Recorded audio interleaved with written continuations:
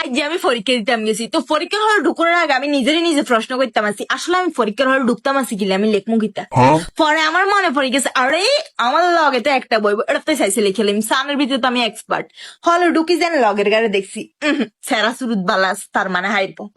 যেন সৃজনশীল প্রশ্নটা দিছে, আমি তার প্রথম সৃজনশীলের আপু 1 নম্বর সৃজনশীলের কও পারেননি, পারে না। 2 নম্বর সৃজনশীলের কও পারেননি, পারে না। এই মতে আমি তার 12টা জিজ্ঞেসি, একটাও পারে না। গুড, ফাটাফাটি, ফ্যান্টাস্টিক। যাক বই রয়েছি। তো সেই একটু পরে আমার জিজ্ঞায় উদ্দীপক বানানটা কই দিতে না হারবেননি। আমি তার দিকে এমনি নিলাম, তারপর আমি আমার আল্লাহর দিকে নিলাম। আমি কইলাম উদ্দীপক বানান প্রশ্ন তাছে স্থান, আমি রিডিং পড়তে পারিনি, আমি তো আপনার আশায় এসেছি। আমার আশায় কেউ পরীক্ষার হলে আইছে, এটা শুনি আমি কুমার জানগি লইছিলাম, স্টক করম লইছিলাম আমি, যে আমার আশায় কেউ পরীক্ষার হলে আইতে পারে, এটা কেমনে সম্ভব। ফেল কি তা বইছে আল্লাহ, এটা জিমুত্তা হিমুত্তা এটা।